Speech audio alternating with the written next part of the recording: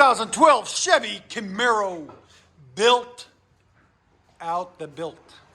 I don't want to say the other word. Trying to kid show, like what's his name says on Barstool, kid show. So well, we didn't do anything on it, but he brought it in. After he heard me drive it in, he says, I don't want to do anything to it. I like the sound of it, which I don't blame him, man. It sounds really, really nice. Anyways, long tube headers there. It's got a cam in it. It's just built. You'll hear it in a second, guys. Got MagnaFlow dual in, dual out. As you guys can see, there's no cats, nothing, but we didn't touch it, so I could show it. Right there, he did his own work, or he bought it like that, actually. Then 2.5-inch system all the way back on this side and on this side. Then some 5-inch fat tips out the back.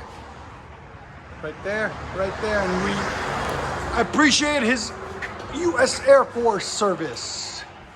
So always thank a veteran, guys, always. We appreciate it, everything they do for us. Anyways, hope you guys like it. Make sure you guys subscribe and all that good stuff. Peace.